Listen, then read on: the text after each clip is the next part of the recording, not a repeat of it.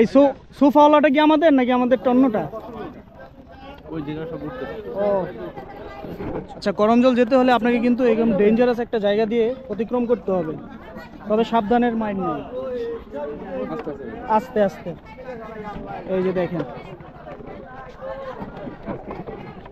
তো সাবধানে সাবধানে যেতে হবে। এই জায়গাটা একটু আর এই যে এখানে নৌকাগুলো রাখা থাকে সব। গাইস, আমরা কিন্তু নৌকার মধ্যে উঠে পড়লাম, করমজল যাচ্ছি। করমজল যেতে হলে আপনাকে এরকম দুর্গম একটা সিঁড়ি পার হয়ে আসতে হবে। ইয়েস। আচ্ছা, আপনি যে করমজল যাচ্ছেন, আপনার অনুভূতি কি বলেন? আমার অনুভূতি, ঘুরে সুরে একটু দেখবো, আসছি একটু দেখার জন্য, বাঘ টাক পাইলে ধরে নিয়ে যাব। আপনার? আমার অনুভূতি কি, অনুভূতি তো কি যে আছে, ছমছম একদম। মেয়র সাহেব, আপনার অনুভূতি বলেন। আমার অনুভূতি, এখানে প্রাকৃতিককে উপভোগ করব সুন্দরভাবে, আর যদি হরিণ পাই ওখানে পাকায় খাবো সবাই মিলে। তো সবাই বাঘ দেখার জন্য প্রস্তুত তো?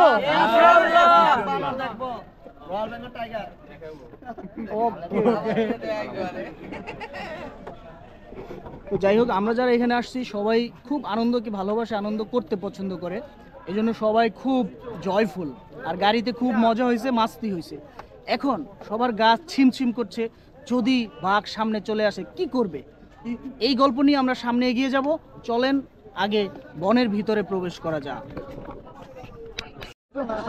বন্দী হইয়া মনোয়া রে কান্দে রইয়া রইয়া, নম্বর গাড়ি গাটে গাটে বন্দরে বন্দরে।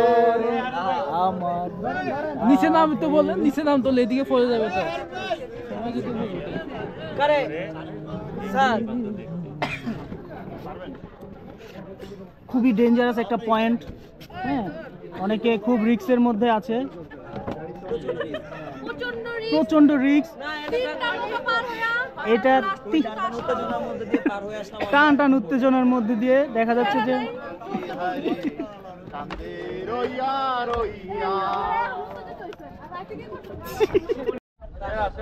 আমাদের টাইটানিক ছেড়ে দিয়েছে, কোনো সমস্যা নাই, দেখেন আগ থেকে ছেড়ে দিল। এবার আমরা করমজলের উদ্দেশ্যে রওনা দিলাম।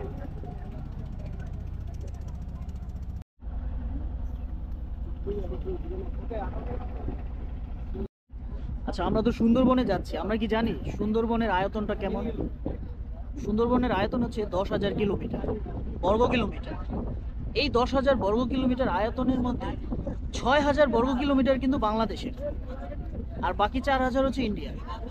তো এই 6,000 বর্গ কিলোমিটারের মালিক হচ্ছে আমরা। আর যেটা ইউনেস্কো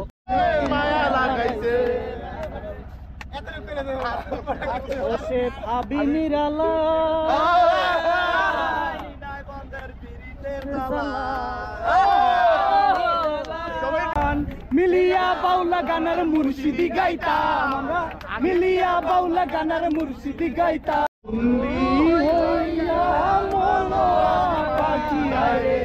কান্দে রইয়া রইয়া,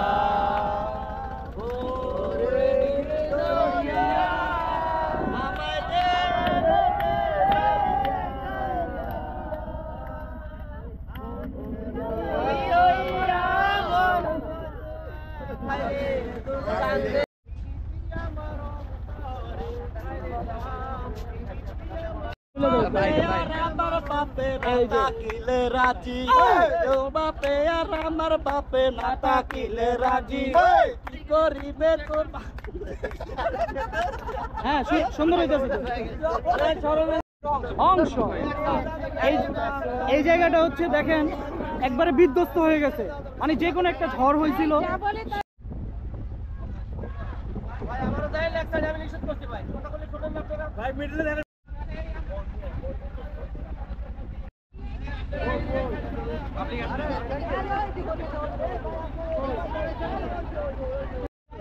শুভ্র আবার বলো, শুভ্র কোথায় কোথায় কোথায়? ওই তো বাঘ না?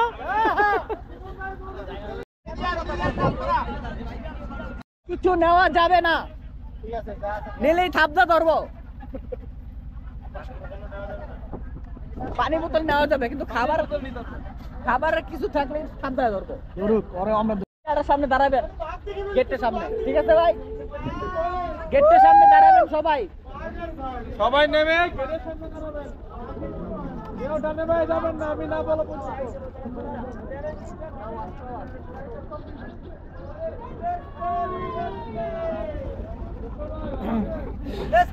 আমরা এখন করমজল চলে আসছি। এই যে করমজলের এই সাইডটাতে সমস্ত নৌকা টোকা ভিড়ায়, এটা হচ্ছে স্টপেজটা। সবাই এদিকে আসেন, সবাই এদিকে।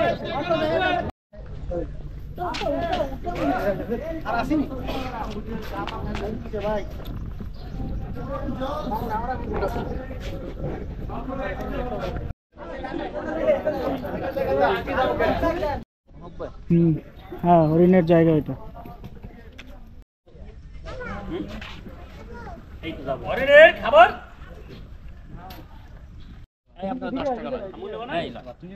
কত করে পিস কাকা? 5 টাকা, মাত্র 5 টাকা, ও, মাত্র 5 টাকা। এই যেগুলো আপনি 5 টাকা পিস নিবেন এবং ওই যে যেখানে হরিণগুলো আছে হরিণের খাবার মাত্র 5 হরিণকে টাকা। খাওয়াবেন। অনেক সুন্দর ব্যবস্থাপনা, আমার দেখে অনেক ভালো লাগছে জিনিসটা। হরিণের খাবার মাত্র 5 টাকা। হাতে ধরবেন, হাতের কাছে হরিণ দেবেন। কাকা, ওই হরিণের পাশাপাশি কি বাঘ টাক দেখা যায় এখানে? একটু দেন নিয়ে দেখবেন যে কি করতেছে। বাঘ নাই, বাঘ নাই। না, হরিণের খাবার হাতে ধরে খাবার দেন, ছবি তোলেন, হাতের কাছে হরিণ চলে আসবে। আয় আয় আয় লাটুস, হাতে ধরে খাবার দিবেন। এই দেখেন ওকে ডাক দিছি লাটুস কয়ে। হ্যাঁ, তারপর চল এদিকে, এদিকে আসো। হ্যাঁ, আয় আয় লাটুস। তালতেল, তালতেল। হুম। এই যে দেখেন, আপনি হরিণের খাবার নেবেন এবং এখানে দিবেন, দেখবেন যে সমস্ত হরিণগুলো চলে আসছে আপনার কাছে। খাবার দিবেন, ছবি তুলবেন, হাতের কাছে হরিণ আসবে। মাত্র 5 টাকা হরিণের খাবার। ও, এই যে হরিণটা ধরলেন, আপনার অনুভূতি কি? অনুভূতি হচ্ছে খুব ভালো। অনেকদিন পর আবার সেই সাফারি পার্কে ডুলাজারে সাফারি পার্কে হরিণ দেখছিলাম, আর দীর্ঘ প্রায় 5 বছর পর আবার হরিণ দেখলাম। এই যে হরিণটা কিন্তু আসলে অনেক সুন্দর, মায়াবী। ওই যে চোখগুলো বলে না, মেয়েদের চোখ হচ্ছে হরিণের মতো। আসলে হরিণের চোখ অনেক সুন্দর দেখেই মনে হয় এই কথাটা বলে। এই জন্য দেখলাম যে হরিণের চোখ আসলেই সুন্দর। এই যে দেখেন, এখানে আসলে আপনি সুন্দর একটা কুৎসিত কুমির দেখবেন। হ্যাঁ, মরা না জীবিত এটা এই না না না, একটু নড়তেছে, দেখছেন এটার ভিতরে। তাম্বালা না লরে লরে দাঁত এটা হচ্ছে কুমির প্রজনন কেন্দ্র, বুঝছো তানিম? এটা হচ্ছে কুমির প্রজনন কেন্দ্র। এখানে কুমির ছোট বড় সব ধরনের কুমির পাওয়া যায়। বাচ্চা উৎপাদনের কারখানা, বাচ্চা উৎপাদনের কারখানা আর কি। কুমিরের বাচ্চা এখানে উৎপাদন করা হয়। কেমন লাগতেছে ঘুরে? ভালোই লাগতেছে, দেখি আরো ঘুরি, একদম শেষে হচ্ছে রিভিউটা দিয়ে দিই। ওকে, আচ্ছা। কুমিরে বাচ্চা এই যে দেখেন কুমিরের বাচ্চা, এই জন্যই বলা হয় কুমির প্রজনন কেন্দ্র। এখানে বাচ্চা ছোট বড় সাইজ করে রাখা হয়েছে।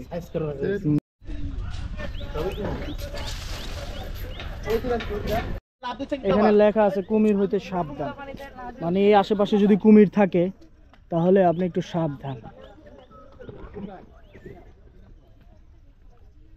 শুনলাম এখানে কুমির যদি ডাক দেয়, নাম ধরে চলে আসে। ওদের নাম কি কি? জি, জুলিয়েট, আলেকজান্ডার, পিলপিল আর রোমিও। আচ্ছা, এখানে কি সবাই ডাক দিলে আসবে?